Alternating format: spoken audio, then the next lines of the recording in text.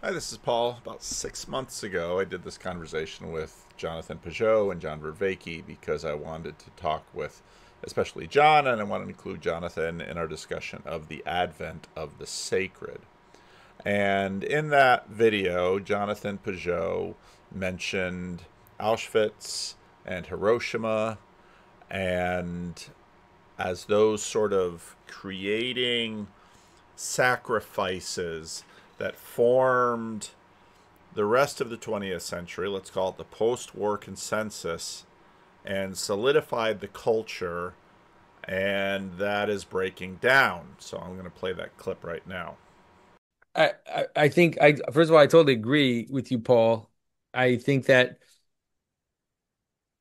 if we look at the sacred events, let's say, or the sacred moments and sacred spaces that have created our time now, I think of Hiroshima, Nagasaki, and I think of the Holocaust. Like those are things that I think of in the sense that they are massive human sacrifices found that have founded the modern, like let's say post World War II state, and the entire world order is based on those events. All our narrative, everything we say, is all based on those events. We still, even today, like even Trump being elected is deeply ingrained in these sacred, let's say, stories.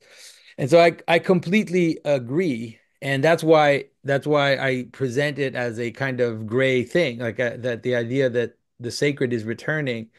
It's both, it's like George Floyd was a little eruption of the sacred. It's like here's a fast where everybody is locked into their house, a human sacrifice, and then an ecstatic explosion. It's like, oh, yeah, yeah, I don't not sure we want that. But the thing is that in some ways, one of the things that is happening is that we're also exhausting the story. It's let's say, and it happens just naturally through time with people dying and generations moving away, and some aspects of the story that were also taboo are people are trying to talk about it in different ways. And so this is this is demythologization of the stories is also going to happen of that sacred origin.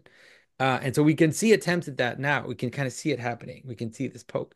And so it's calling for another foundation. Um, and so I agree that there's an aspect of it that is absolutely terrifying. But the problem is that it's going to these things are going to happen. Like there's no like for example, like this weird desire for World War III, like this weird like longing and dreaming of nuclear war at this moment. With a mix of fascination and terror that we can see in the eyes of people that keep talking about it. It's like that's a longing for the sacred too. Uh, it's a longing for something that will just set things right. Like it will make everything clear again because now everything is muddy and nobody knows where they are and nobody knows what to think and nobody knows. It's like a good war. Let's just put everything in place. And so these are all things that are happening and they're all things that are very frightening. And that's why I keep harping on the fact that I think the way that Jordan presents it, is deeply a Christian way of thinking of it. It's like the cross replaced this with self-sacrifice. It is the sacred, like it is the both the ultimate sacred and the disarming of the sacred, right? In the way that René Girard talks about it, but then also I think in a way that Girard misses, because it is still a anyways, there's something else going on in Jesus's cross that is not just a disarming of the sacred. It's a refounding of it in a way, in a deep way. So I think that it's weird, like the only solution to avoiding a sacred event in the big sense is to enact it personally in a small way, almost like a kind of diffusion mechanism, like where we enact the the best aspects of the sacred in our lives and our families and our communities, and that can prevent the need for a new sacred foundation, which will be bloody. Like there's almost no other way for it to happen. Like, so, I mean, you could imagine something. I mean, it could be something else. Maybe that's why Elon Musk wants to go to Mars, because he's looking for a sacred event. He's looking for something to refound us, something to give us a new direction, a new purpose. Maybe that's what's all these things are kind of bubbling up at the same time. But I agree with Paul that we cannot forget the what the sacred is and how it manifests itself. Okay, and this morning I caught this little question and answer with a military expert on the Ukraine war. Of course, the Ukraine war is in the news again because of this pretty crazy drone attack that Ukraine did on Russian bombers, and this attack on this massive bridge that they built to attach the Crimea to the rest of Russia. And of course, these are partly efforts by the Ukrainians to convince war is never just about killing the other side or winning on the battlefield. It's always a political engagement. I was watching Ken Burns' The Civil War the other day with one of my sons, and it was noting in the early days of the war, excuse me, the Union didn't have a victory for a long time, and the European powers were increasingly sort of pressuring, well, maybe you should settle and negotiate with the South. And it just shows that wars, especially in a global context, are always political. But the first question that came up this week is a question that comes up quite regularly and is not disconnected from what Jonathan said. Russia go nuclear in response to these recent attacks, not least the drone attacks on those Russian bomber fleets. So let's start with some of that and the potential Russian response. So Sean asks, will Russia go nuclear in response to these recent attacks? And if that were to happen, how would the West respond? Yeah, it's two questions. One's got a very standard answer and one's got a very different answer, the second part. The standard answer, and this question comes up again and again, people always ask about, would Russia use nuclear weapons? And the answer... And, of course, well, why do we ask that? Well, because, the Ukraine war, that's over there, but we're worried. Our anxiety about nuclear weapons, again, we've been molded and shaped to have... People aren't concerned about hell. They aren't concerned about a lot of things, but they're concerned about nuclear. And on a video that's still in the membership section, probably going to stay there, like Stories of Old had a very interesting video talking about movies and our fears, and it started with the Black Death, and then it went to Spencer Wirt's book on the rise of nuclear fear. Just one of the items that the book he brought into the video, and I'll put the link to his video below. It's an excellent video. It's worth watching. Is why do we call this a mushroom cloud? Well, clearly it looks like a mushroom. But the point is, there could have been a lot of other things that this does look like. But we all have sort of recorded as a mushroom, and then you get into, well, what about mushrooms is creepy to us? How they grow in the dark, how they give off spores, how so many of them are poisonous, and we can't really tell which is coming.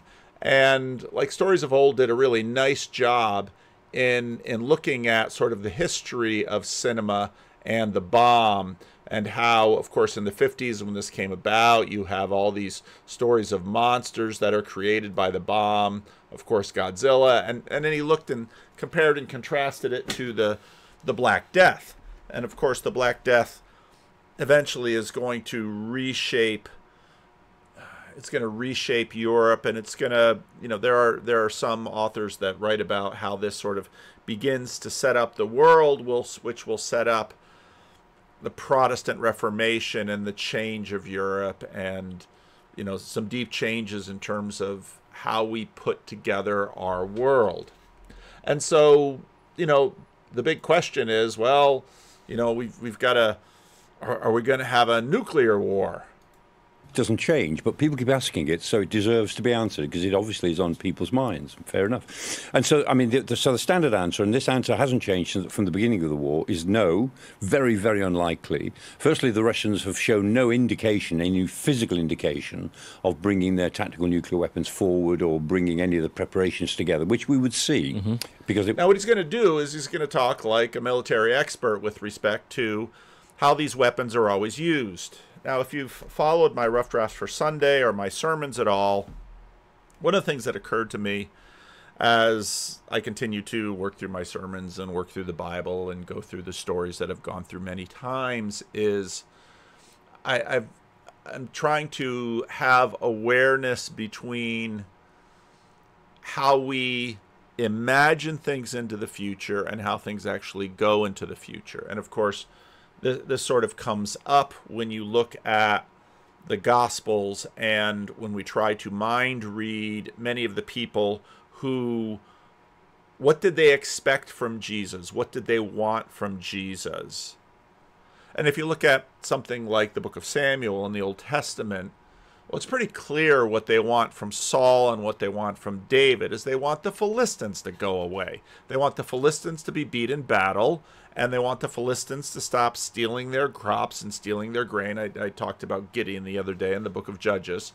And they want that to stop so that for them, normal life can continue. Well, what is normal life? And there are actually passages like this in the Old Testament. Well, normal life is that you grow up and the fields that you sow are the fields that you reap.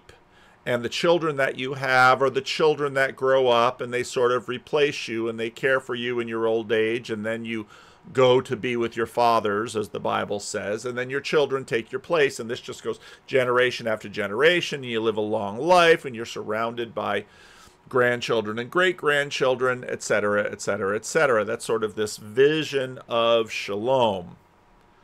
And, of course, the Philistines and the Midianites and the various groups of people surrounding Israel who are dominating them, sure, let the children of Israel go out and sow their fields, and when they're ready for harvest, we're going to swoop in and take their grain, because that way our children will be well-fed and their children will be skinny, and our armies will be flush and full, and we'll have a vibrant, growing population, and their population will recede and their children will be sickly. And it's this entire approach to managing the world and managing your enemies in the Bronze and early Iron Age. And that doesn't really fully go away.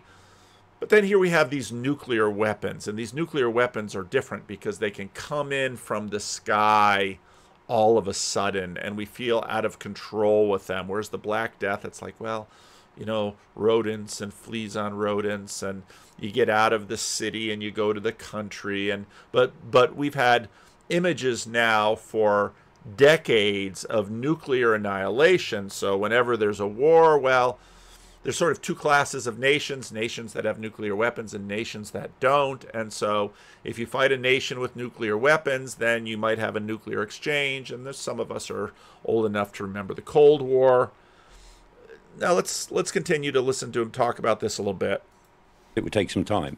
They talk about nuclear issues all the time because they use the sort of nuclear rhetoric to frighten everybody. And okay, now that's really important. And again, most people listening to this with our categories of religious and not religious, you would say, well, Russia threatening to use nuclear weapons, well, that's not religious, that's secular. True. And again, it's not that the modernist definition of religion is unuseful, but you have to understand it within the much bigger frame. People respond to it in a very religious way, which is kind of the point of this book. And we're living in a very apocalyptic age right now where people they've got apocalyptic anxiety about AIs, at least those people who are online a lot. They've got apocalyptic anxiety about climate change and pollution, and you can watch these waves of apocalyptic anxiety just roil through the the people of the world through Hollywood, through books, through events. That is, has had some effect. But in practical terms, no. There's no preparation that we can detect for any sort of nuclear use. Not only that, there's no real advantage on the battlefield that the Russians could really get, because Ukraine's a very big country. And if they were to try to use a tactical nuclear weapon against Ukrainian forces, they'd have to use several of them. And again, I could go into the technicalities of this if people want to, but effectively they'd have to use something like 5 or 6 Hiroshima-sized bombs to get rid of, to actually destroy one Ukrainian brigade, dispersed as they normally are, one brigade of 5,000 troops and its equipment. So they would have to go in for a nuclear war in a big way. And even then, that would not, it would destroy one Ukrainian brigade or maybe a little bit more. Or they'd have to launch 2 or 3 nuclear weapons at a city or a town as a retaliatory measure. And that brings in the other issue. The taboo against nuclear use is very, very strong since the Second World War. Sometimes... Okay, and,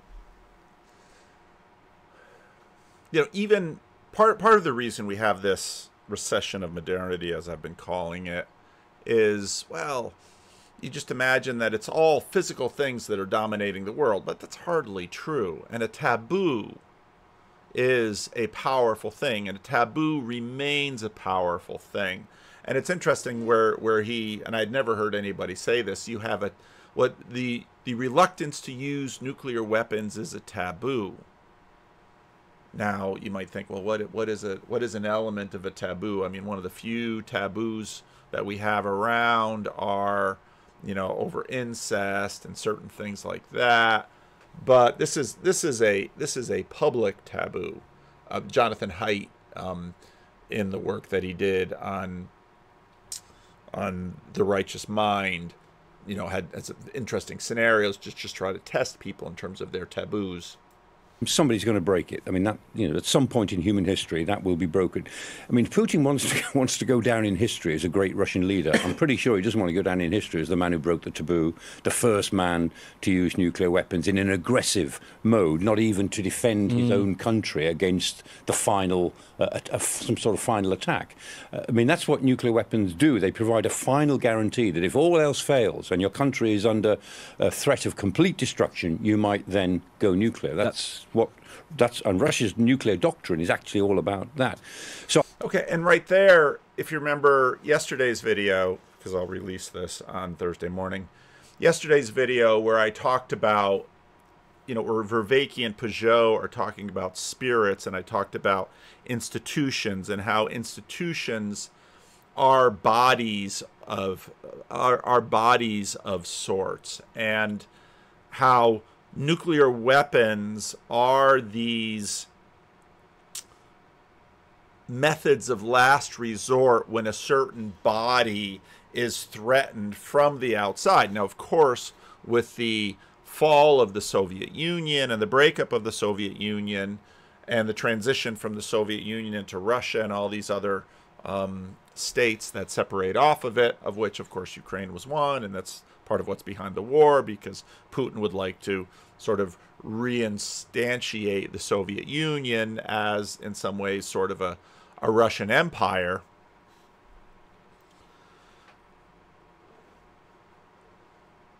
These institutions have body and they have will. Now, they don't have consciousness like we do, and they're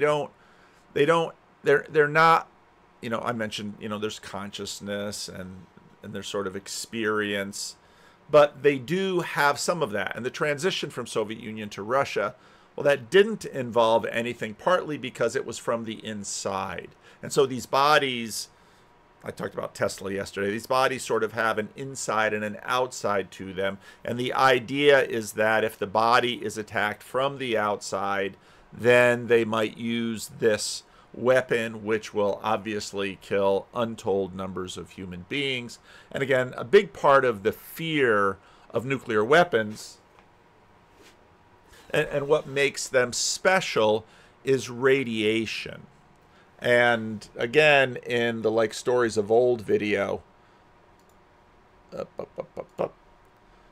radiation is a big is a big piece of this because, well, you have, of course, the area around Chernobyl, and this is a ghost town. So you have this world without human beings, and then we have all these other dreams of what's going to happen. And so the video does it nicely in terms of a number of elements of just, okay, well, this doesn't, again, Glenn Scrivener's picked a fight with rationality rules, and actually forced rationality rules to force him, but sort of shamed him into taking down his hit job against Tom Holland by pointing a number of things out that were embarrassing to rationality rules. But part of Glenn Scrivener's point is people are not rational.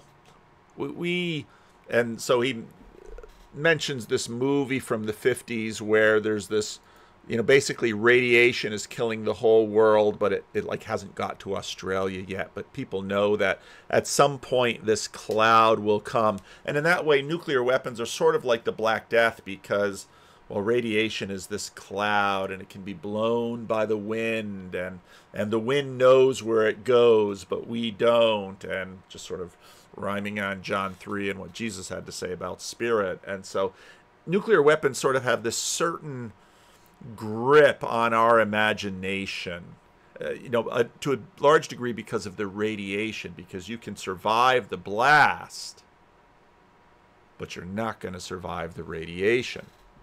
So I think that's most of the point that I wanted to make, and as the rest of his discussion was quite interesting. It was also interesting when he got to the end and he's talking about drones, because drones are in some ways sort of the new nukes, because what drones have done is sort of upend military. Let's call it military dogma. Now, we've had nuclear weapons and the radiation as sort of a something that gives us a sense of existential threat, and it sort of works on our imaginary and triggers symbolism at many different levels. And I think AI and drones are going to do this because via the conversation between Peugeot and Vervaeke, again, at one of the conferences I mentioned, I asked the question, I says, does Google read your email?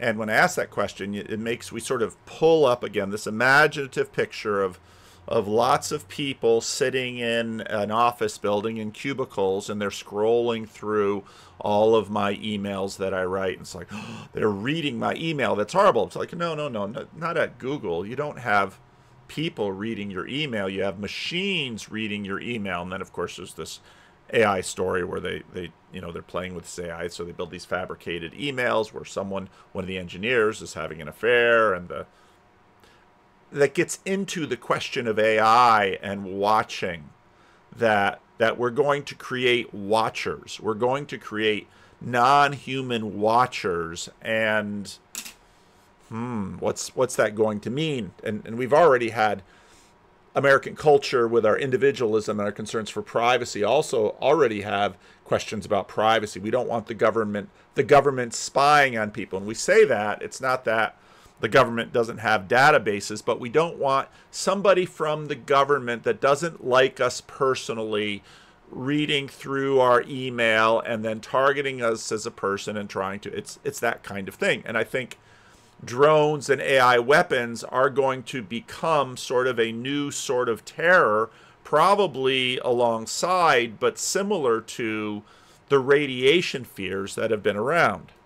Troops gathered near Sumy, are they a tempting target for Ukrainian fighter jets? Well, they would be if they came together in big enough groups. But I mean, what the Russians have learned, like the Ukrainians, is that if you've got troops ready for an offensive, keep them dispersed. Don't. At some point, they have to come together. Yep. But you only mass them quite late on before you go into a maneuver. Mm-hmm. But yes, I mean, anyone who brings large numbers of troops together close enough is making them a target. Mm-hmm. Just a very quick one on that. In the old days, they used to say, for centuries and centuries of warfare, you didn't know That's right. You knew where the enemy was, but you didn't know if you could destroy the enemy, right? But you knew where they were because you could see them, you could hear them. Your scouts came back and said they're over the hill there.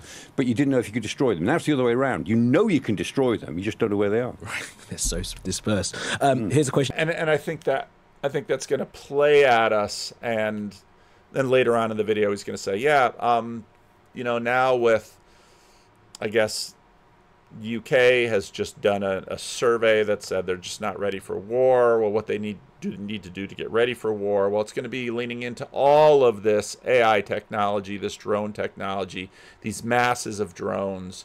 And, this, I think, is probably going to increasingly inhabit our nightmares, even though, well, will nuclear weapons go away? Will masses of drones make ICBMs no longer the weapon that they were during the Cold War? I don't know. It's not my area, but these are questions that I think are going to arise. One of the threads that I started working on in December of last year was a playlist that I entitled The Default Matrix of Western Religions. And I was trying to get at the dynamic of, let's call it sort of the baseline religions that are beneath sort of the formal religions we can see in modernity. We look at something like Christianity or Islam or Judaism, and those are sort of these formal religions that we can see. They have structure, they have tradition, they have history, they have dogmas, they have set beliefs, and we can sort of identify them in that way. But then we began to notice that there are these other things in our world that are in many ways sort of running through those spaces. And wokeism over the last 10, 15 years was one of these things. And okay, well, what do we mean by wokeism? And there's a lot of question in terms of what we mean by that. But we begin to understand that, well, in Christianity, that's impacting some churches but not other churches. And you call it critical race theory, or Cale just had a church critical theory video out, some musings he was doing while he was driving his car. And you begin to recognize that even though people can sort of be put in these boxes, and often, and this is going to get into the Christian Reformed Synod stuff, often confessionally, I say, well, I believe these things. And of course, in the corner, we've long sort of had questions about how do we define, almost right away when I started making videos, and it was clear that downstream of Jordan Peterson, there was a whole mixed multitude of people with all kinds of different backgrounds. Well, what do you mean by a Christian? How do you define a Christian? And of course, I gave, a Christian is someone who trusts Jesus more than they trust themselves. So that was sort of my definition. But okay, you've got confessional ideas about the Trinity and atonement and, let's say, Christian anthropology and Christian soteriology, the loci, which in systematic theology are one way to sort of group religions. And you can compare and contrast some of these other religions from other religions. But you begin to notice that when it comes to a society, and especially when you go across societies, what are the narrative threads that sort of hold Christians together? Let's say a Christian who is in mainland China versus a Christian who is in the Philippines, maybe a Roman Catholic versus a Christian who is in Russia, maybe Russian Orthodox, or maybe a Pentecostal evangelical in Russia, and then a Christian who is in Africa, let's say someone in Nigeria who goes to the Anglican Church, or maybe a Christian in Nigeria who goes to an indigenous Pentecostal church. And you begin to see that these things get very strange. And then there are these other ideas. So, wokeness was one that sort of came through early. Well, they're a woke Christian. There's all these Twitter accounts that try to out the woke Christians and say, well, they're woke, so they're not really a Christian. They have these other things. And so part of the reason that I began to play with this idea of the default religion, the default matrix of Western religions, is because, well, I'm trying to get a handle on this, because even in the Christian Reformed Church, we've got this major transition going on, and it's a generational transition. So in one of my Friday live streams that eventually got entitled, "Can a Christianity Shaved of Ethnic Heritage Resolve the Western Individual's Meaning Crisis?" What was so interesting about that conversation was, as Phlebas had noted, there was a distinct generational difference here between the younger generations who said, we want rootedness, we want to be re-racinated, we want there to be church discipline, we want someone calling balls and strikes. And the older people that had had some experience with discipline were like,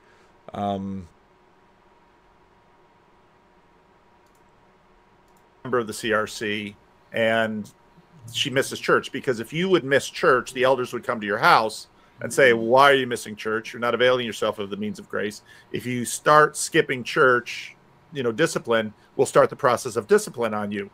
The mother quickly goes outside to meet the elders coming to the house and said, we've joined the RCA. And that then, got them all off the back. And this goes back to Rod Hare's point about church as voluntary organization. And this then goes down to the question of a state church, where, as Mark was talking about, one of the amazing things when you read church history closely, and especially the history of the papacy, one of the things that happens after the Second World War is that freedom of religion sort of pervades the Western countries. And so then all these concordats that the papacy had signed with different monarchs and governments all sort of collapse, because all the concordats were that the monarchs wanted a hand and wanted a say in the naming of bishops. They didn't want the church naming bishops that the monarch didn't like. And so they had all these treaties about how they would name bishops in a local area. Now, on one hand, that says, wow, those bishops had real power, that the government was cared about it. In the United States, you name a bishop or a pastor of a local church, is the mayor sitting there wringing his hands? Maybe in a really small town, not in Sacramento. It's like, yeah, church, go do what you want. We don't really care what you do because it's not going to affect us. Yeah, please, sorry. Can I say something about the church discipline thing? My sister Jill was a boomer, and at a hootenanny, a young boy asked her to dance, and she had the misfortune of saying yes, and then the dominie called her out in the middle of catechism class, and that is just an ongoing family story. My mom went to talk to her father about it, and so on and so forth, and it's the scandal of how repressive the Dutch Reformed Church was. Yeah. But at the same time, I know like one person that got a divorce when I grew up. And you look at our homes now where 70% of children are growing up in a broken home. And you're like, yeah, that was a crappy thing to happen to my sister Jill. But when you strip all that stuff away, that's some pretty crappy stuff too. Yeah, and can I I know I spoke a lot, but just to jump on Jason's point, that's a great story. Hootenanny gone wrong, but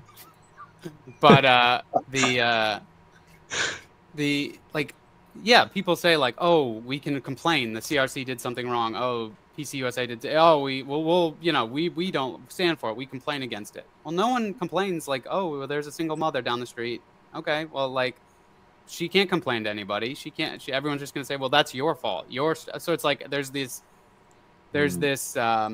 imbalance or asymmetry of like, "Oh, well, I was forced to do this. I was blah blah blah," and like how repressive all these institutions are versus like, okay, fine, we'll get rid of all the institutions, and now there's no one to complain to, and now all these marriages fall apart, and it's like, so like this idea of like, well, everyone's complaining, so we'll just get rid of all the things people are complaining about. Is like, well.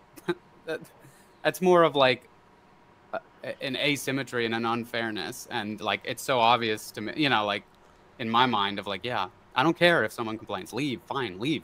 But a lot of the people are happy that there's church discipline at least in my small way at my church. A lot of people are happy that there's structure and order. That happens when you fire people. So I've had to do that a fair amount. That sometimes out of the woodwork comes the people who are very happy that you did that. Yeah, we weren't going to say anything. The person was still an employee, but Now, again, as we're watching these transitions, I've been looking for, okay, well, how can I frame these transitions? How can I understand sort of what's happening? R.R. Reno, or Rusty Reno's, he's the editor of First Things, a book that he wrote before COVID. I think it's 2019. I don't see it there. Return of the Strong Gods, and N.S. Lyon sort of sent this book out into the Substack world with one of his pieces that got picked up by a bunch of things. I talked about it a couple of months ago. And what Reno is trying to do is begin to name this. What is it? See, again, if I say a religion, we think in these categories of Christianity. And then, again, during sort of the rise of wokeism, people are like, wow, that's sort of like a religion. They made a shrine by George Floyd and the George Floyd protests. I mean, everyone had to stay inside and stay away from each other until George Floyd died, and then it was okay to go out into the street. And then you had people kneeling and bowing, and they weren't praying, but they were doing all of these. They were doing all of these things with their bodies that seemed right out of a religious service. And so what people were saying is that, well, this religion thing isn't just contained to these formalized religions. There's actually these other spirits, these other movements, these other things that are going through the world that are inhabiting these religious bodies, or segments of these religious bodies, in different ways, and actually sort of shaping them. Now, what Reno's thesis is that, he first talks about the long 19th century and how people thought, well, the 20th century was a short 20th century because from 2014 to 1991, at the end of the Cold War, you had the end of history. But one of the points he makes is that, well, it's not really what happened. The end of history was sort of an idea, or, a lot of people say that wasn't actually what, is it Fukuyama, Francis Fukuyama? That wasn't actually his thesis, that his thesis has been misunderstood and the misunderstanding has gone mimetic.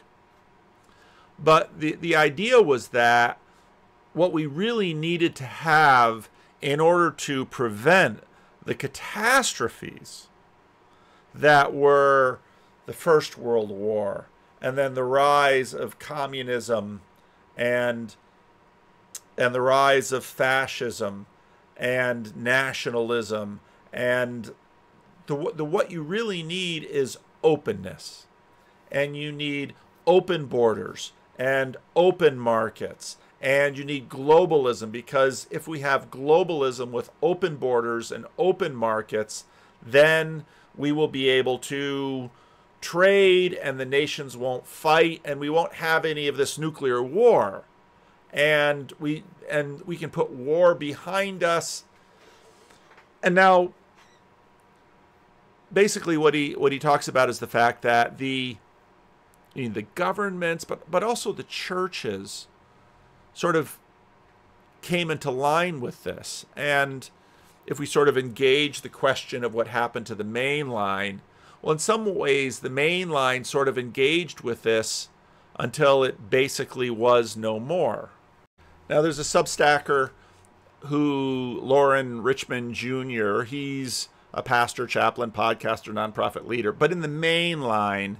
And so he fits in the main line. He isn't a redeemed Zoomer who's trying to reconquista necessarily, but he's written a lot about the fact that in many ways he doesn't use this language, he hasn't engaged this book, but in many ways this is what's been happening in the mainline church, that they've gone to so much openness, they've basically disappeared. Because what's more open than a prairie, and what's more closed than walls or a building? So take down the buildings, defund the buildings, don't have a church, and just have openness. But of course, the larger sphere in especially the West, where you have a separation of church and state, when the governments got away from religion and religion gets privatized, well then, just use governmental apparatus. And suddenly the shift that people noted where people's politics became their religion, well, that's actually a piece of this openness. That the greatest wrong that can be done is for a government not to be open and for borders not to be open. And it's quite amazing how there is built. I remember when Sam Tiedemann, when I did had to be the second conversation I did with Sam, because he didn't have very good sound the first conversation, but the second conversation I did with Sam Tiedemann, who is a biblical Unitarian, that's how he identifies himself. When I posted that on my channel, the reaction from the Trinitarians was palpable. And this was very interesting because it was in a space that previously had been very hospitable, very warm. But suddenly, when Sam came on, especially some people in the corner that had been very kind, very open, they jumped on it. And I thought, this is so interesting. It just reminded me of these videos where you can make cats jump because of cucumbers. And of course, the theory is that deep in the cat's, in the cat's psyche, they've been very conditioned to be reactive to snakes. And a cucumber looks enough like a snake that the cat will freak out, even though any particular cat has never been exposed to a snake. And they've done similar studies with chimpanzees. You take a chimpanzee that has been raised in captivity, that chimpanzee has never seen a snake in its life, and then you release a snake into the environment of the chimps and they go nuts. Well, why? Well, obviously the idea is that there's some deep coding somewhere in the chimps, even chimps that have never seen snakes, that they react to this snake. And part of it's interesting, in one of the chapters, in the post-war consensus chapter, he's got this section when he talks about William F. Buckley, who, and I didn't know a lot of, he talks quite a bit about Popper, and he talks about William F. Buckley, where he writes this book about Yale, like in 1951, and what this book sort of does is expose well, here's a thesis. Your true religion is the religion you can't see. Well, what do I mean by that? It's all of the base assumptions that you actually act out of. You can't see it because you just call it reality. That's your religion. Now, there are all these other things that get placed on top of it, that try to contain it, that try to shape it, try to mold it, the tradition, the church, your holy books, your rituals, your family structures, accountability, etc., etc. But again, my working definition is that which determines what is highest and how you get there. That's your religion. That's the actual functional religion within your life. And you might say, well, I'm this or I'm that, I'm this, I'm that. Well, yeah, there'll be a degree of truth to that. But your religion is basically your operating system. And for that reason, of course, the Greeks, they look deeply religious to us, but they would say, well, what do you mean by that? And of course, when the British went over to India and they watched what they were doing, the people in India were like, that's just what we do. That's how we make life work. We work with the gods, and we try to get what we want, and we try to do what's right. And the British are like, well, let's call it Hinduism, because India is Hindu, and so Hinduism is their religion. And suddenly, once they sort of had enough experience with the British and the Raj, well, okay, so we have a religion, and that's Christianity, and that's Hinduism, and then again, we have all these boxes that are not completely useless boxes, but they don't necessarily actually function the way we think they do. So part of what we have going in our culture right now, and we've been calling it a vibe shift, And I've been using recession of modernity and the default matrix of Western religions. And so now we're going to add yet another layer to this, sort of trying to grasp what's going on in terms of the true religion of the West. Of course, pastors are always dealing with this. You deal with someone, it's like, you're not really a Christian. You just care about money. You're not really a Christian. Your God is your belly. Or your belly is your God.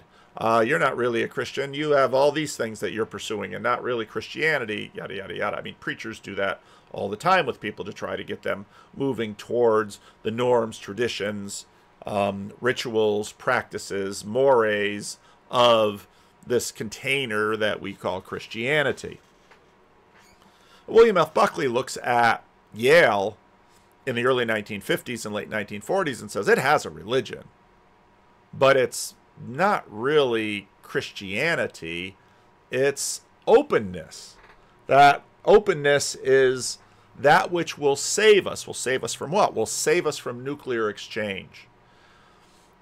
Recently, there's a bunch of interviews with a guy who wrote a book on Apple. The title of the book is Apple in China, The Capture of the World's Greatest Company by Patrick McGee. And he noted that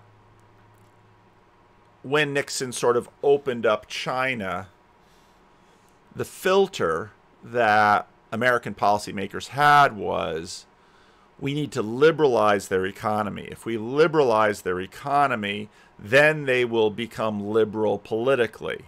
And of course, there are similar ideas. All we have to do is sort of topple Saddam Hussein. If we topple Saddam Hussein, democracy will break out because we think that everybody loves democracy and everybody wants democracy. It's like, no, it's way, way more complex than that. And this is a fascinating book. There's a whole bunch of YouTube interviews with Patrick McGee. Just search Apple China Patrick McGee, and you'll get a bunch of them out there. And the stories are just amazing. How, I mean, a number of years, Apple was investing something to the tune of $56 billion a year in China. When you think about that, it's like, yeah, I can understand why Trump is leaning on Tim Cook and saying, you should be investing that kind of money here. But the dirty little secret is that a government that, and this is where, again, all these definitions get weird, because, of course, Marxism and communism is supposed to be this sort of religious movement by which the workers are liberated from the evils of industrialization. When what's happening in China is the reason you can only build iPhones in China like Apple does is because the government is enforcing a certain labor practices which are horrendous. Remember when they put the nets up so that, working conditions are so bad, people are trying to kill themselves by throwing themselves off the building? Well, let's build a net so they can't even do that. Get back in there, you slave. Oh yeah, there's no slavery. Well, it looks a lot like slavery if you look at some of these practices in China. But you begin to see all of these weird performative contradictions that can happen over history. And is China communist when the government itself is enslaving their own people for this, so that North Americans can have cheaper iPhones? And that China can sort of steal all of that technology and grow their own technology and eventually sort of push Apple to the side and say, thank you very much for helping us develop. Your services are no longer needed. So, all these weird contradictions come in. What principles will maintain the balance between individual interests and communal purpose? None. As it turns out, Schlesinger and his liberal comrades believed the democratic West needed to enter a new phase of civic life.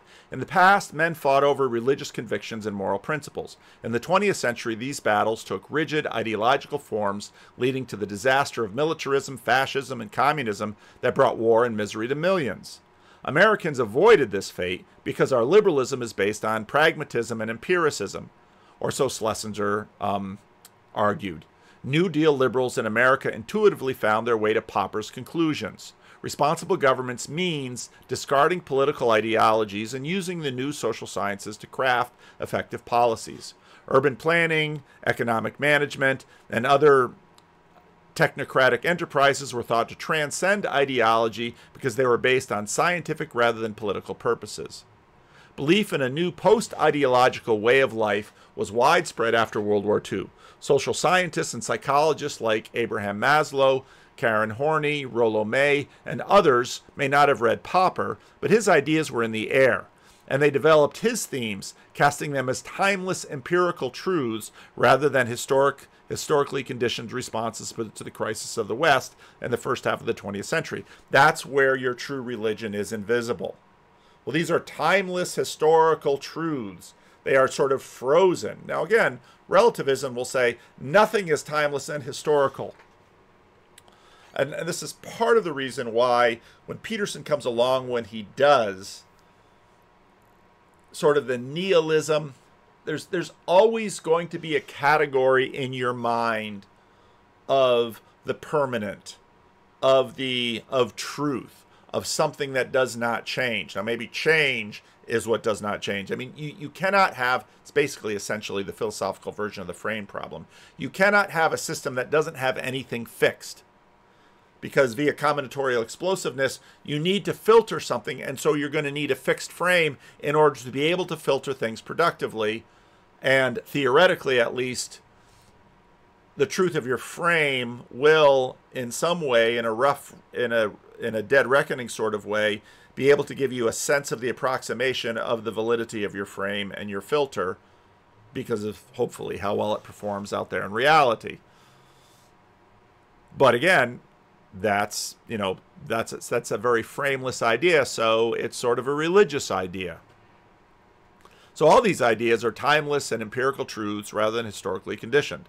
They did not have the dangers of fascism directly in view. Instead, they were concerned about the bourgeois culture of Middle America, which was thought to constrict the full expression of individuality.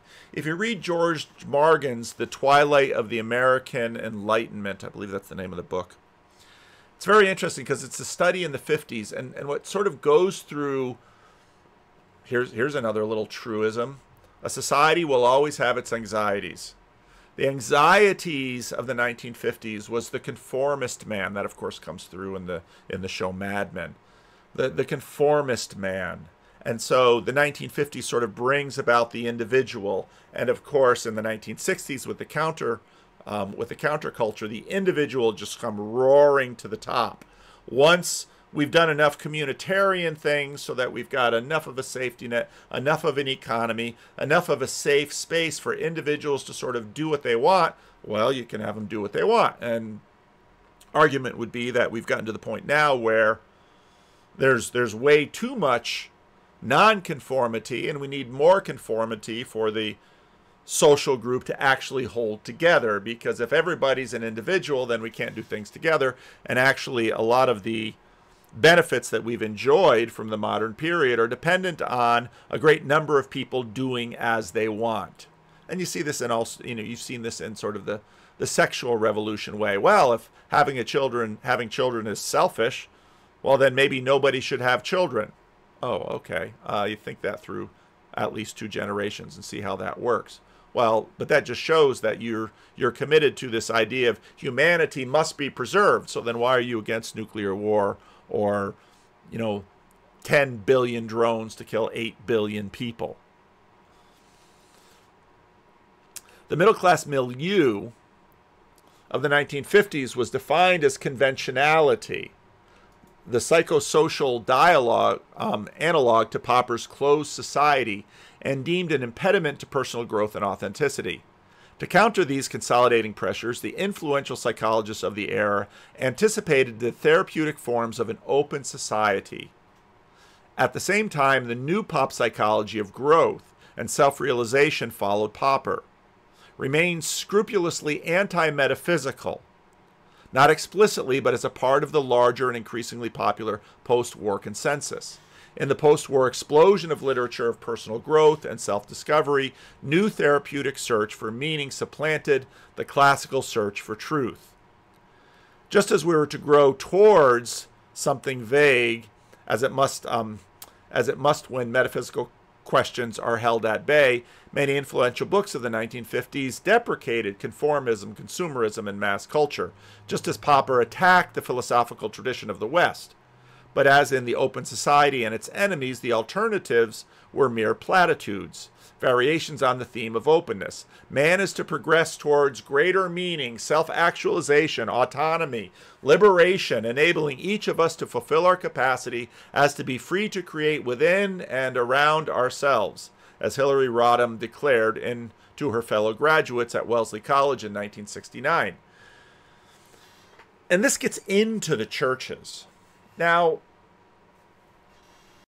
if you read Rod Dreher's mea culpa on the woke right, and you look at the reaction to this whole woke right conversation, one thing is clear, that the liberation and the openness did a lot of good. And this is sort of embedded in Jordan Peterson's question, when does the left go too far?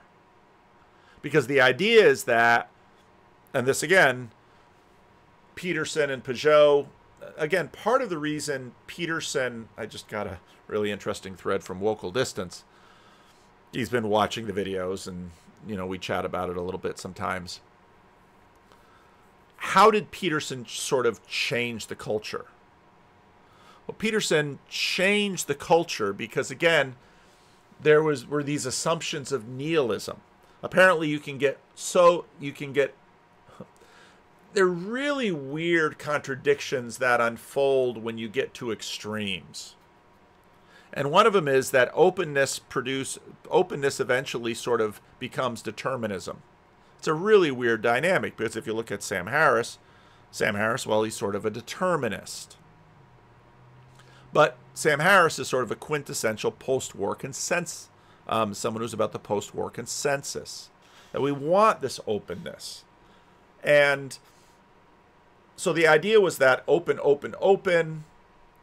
and so open, in fact, that action is meaningless, that I'm sort of an automaton, that I'm sort of working through my programming. I am simply the sum of my biology and my heredity and my upbringing, and I have no agency, and nothing is going to follow. Basically, part of how Peterson attacks the new atheists and some of this vast, open Popperianism is the suggestion that there are, and again he gets this from Jung, that there are archetypes, that there are actually fixed patterns out there. And again, he could look to the Bible, as he looked to Pinocchio, as he looked to fairy tales, that you can see these archetypes in stories, and you can see these archetypes in the Bible. And while Peugeot doesn't use the word archetypes, he uses patterns. And basically what Jonathan said to convince many people was that these patterns are in the Bible, and certain traditions, like the Orthodox tradition, has long recognized these patterns and embodied these patterns. And if you go out and participate in the liturgy, you can acclimate yourself to these patterns. And once you get acclimated to the patterns of the world, then you can act better in the world. Because again, back to the frame problem, once your frame, if your frame is better than someone else's frame, you add sort of the underlying element of Darwinian revolution or Darwinian ideas here. If you have the better frame, you will inherit the earth. Of course, Jesus says that the meek will inherit the earth, and we see that as deeply skeptical, especially post-Darwin and post-social Darwinianism. But I remember having this conversation with Adam Friended a long time ago. I saw, he's still doing videos. Him and Sitch are still doing videos. And he was basically making that argument that, well, the Germans had to lose the Second World War because they had a worse frame.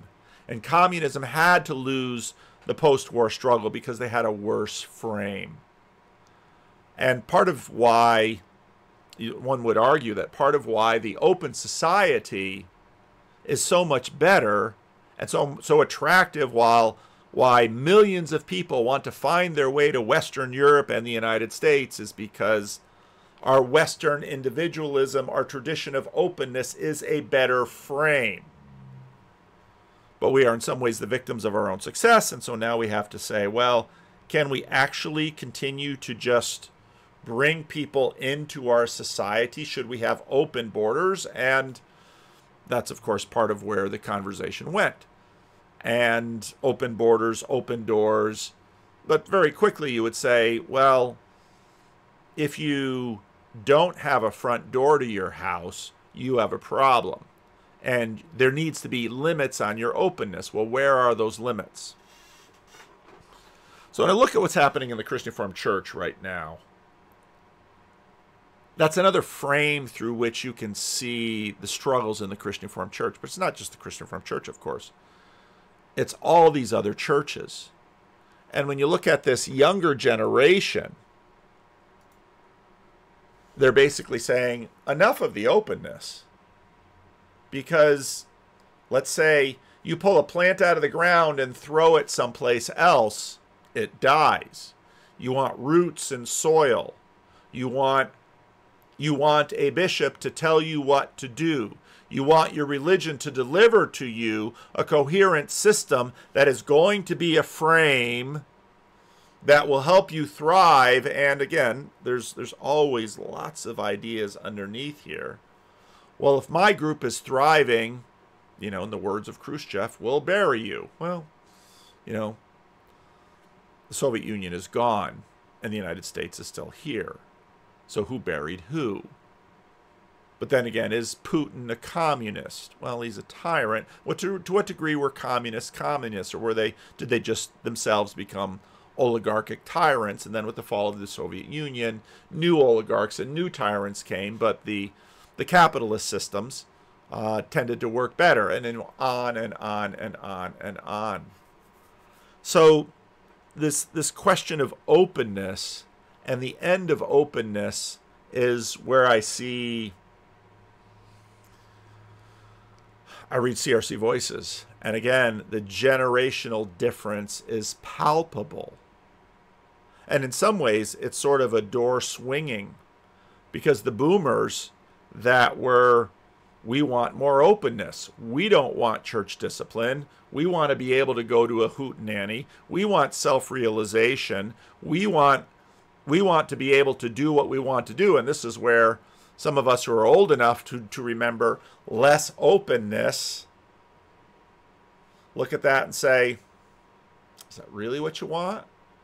Or in some ways, when you look at Rod Dreher's Benedict option, it's sort of a libertarian approach to openness. Because Benedict optioning is not necessarily dread Christian nationalism.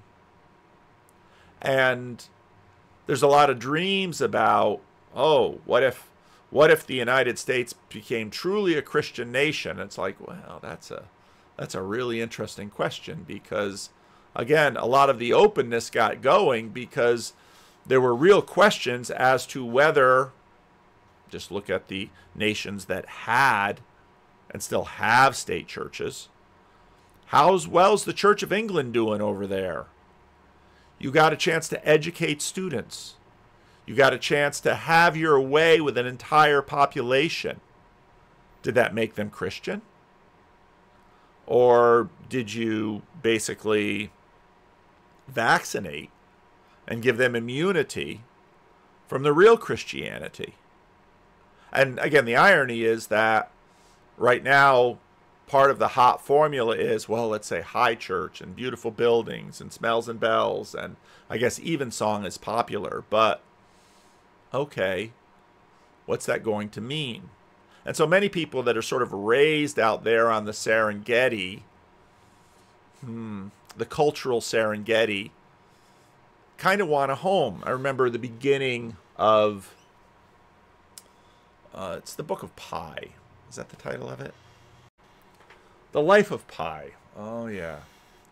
Territories in the wild are large, not as a matter of taste, but of necessity. In a zoo, we do for animals what we've done for ourselves with houses. We bring together a small space, what in the wild is spread out. Whereas before us, the cave was there, the river over there, the hunting grounds a mile away, the lookout next to it, the berries somewhere else, all of them infested with lions, snakes, ants, leeches, poison ivy. Now the river flows through the taps, at hand's reach, and we can wash next to where we sleep. We can eat where we have cooked. We can surround the whole with a protective wall and keep it clean and warm. A house is a compressed territory where our basic needs can be fulfilled close by and safely. A sound zoo enclosure is the equivalent for an animal, with a noteworthy absence of a fireplace or the like, present in every human habitation. Finding within it all the places it needs, a lookout, a place for resting, for eating, for drinking, for bathing, for grooming, etc. And find that there is no need to go hunting. Food appears 6 days a week. An animal will take possession of its zoo space in the same way it would lay claim to the new space in the wild, exploring it and marking it out in the normal ways of its species, with sprays of urine perhaps. Once this moving in ritual is done and the animal has settled, it will not feel like a nervous tenant, and even less like a prisoner, but rather like a landholder, and it will behave in the same way within its enclosure as it would in its territory in the wild, including defending it tooth and nail should it be invaded. Such an enclosure is subjectively neither better nor worse for an animal than its condition in the wild, as long as it fulfills the animal's needs. Animals in captivity often live longer than animals in the wild. A territory, natural or constructed, simply is without judgment, a given, like the spots on a leopard. One might even argue that if an animal could choose with intelligence, it would opt for living in a zoo, since the major difference between a zoo and the wild is the absence of parasites and enemies, the abundance of food in the first, and their respective abundance and scarcity in the second. Think about it yourself. Would you rather be put up at the Ritz with free room service and unlimited access to a doctor, or be homeless without a soul to care for you? But animals are incapable of such discernment. Within the limits of their nature, they make do with what they have. I haven't watched Gavin Ortland and Redeemed Zoomer's conversation about mainline versus evangelical. Gospel Simplicity has a little video here on should Protestants join the mainline. The interesting thing about this dynamic is that part of the reason people have moved to the historical churches is they're looking for rootedness. Part of the reason they look to evangelical churches is they look to meaning. The mainline churches, in many ways, have just sort of disappeared into the background. And part of what's interesting about Redeemed Zoomer is he sort of takes an evangelical ethos and invades the mainline sort of like a parasite. Now, it might be a good parasite, but sort of like a parasite to hopefully take it over and supplant it. I mean, that's clearly his mission. And I remember a number of years ago, I was just watching, again, the continual feuding in the Christian Reformed Church and thinking, if I went to a mainline church, I could probably believe and do anything I wanted. And nobody would care because it's open, open, open. But the more I thought about it, it was like, it's probably not as open as you'd imagine it would be.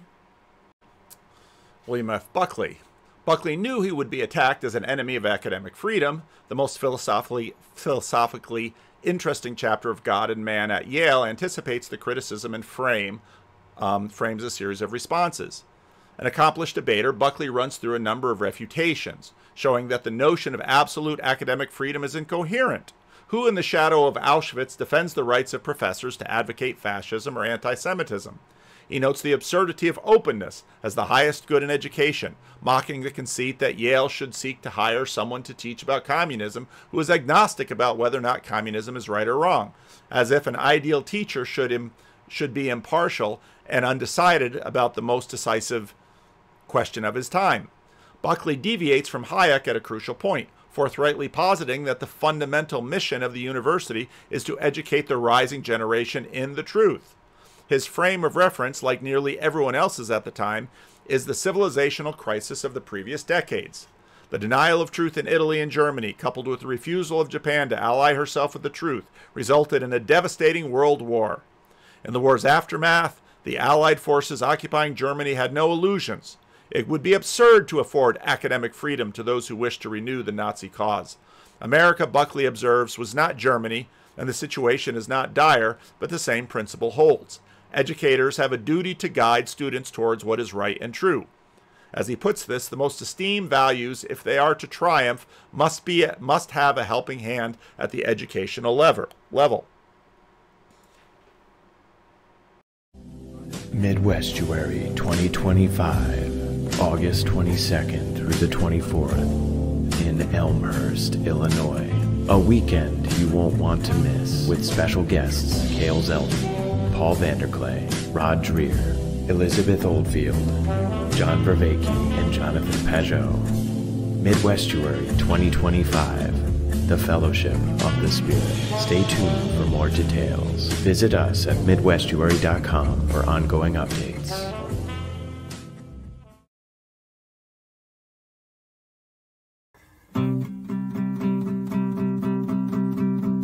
Well, I don't know about the meaning crisis, left, right, black, white, or other vices, which Jesus Christ is right, or if we're all saved.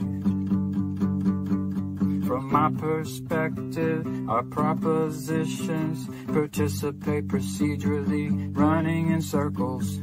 Remember in body, we're in the age of decay. Symbolically speaking, the reapers are reaping, them damn egregores are whispering sweetly. We're all NPCs in the belly of the beast. Red pill, blue pill, bread pill, Mars Hill, or DMT, or whatever you feel.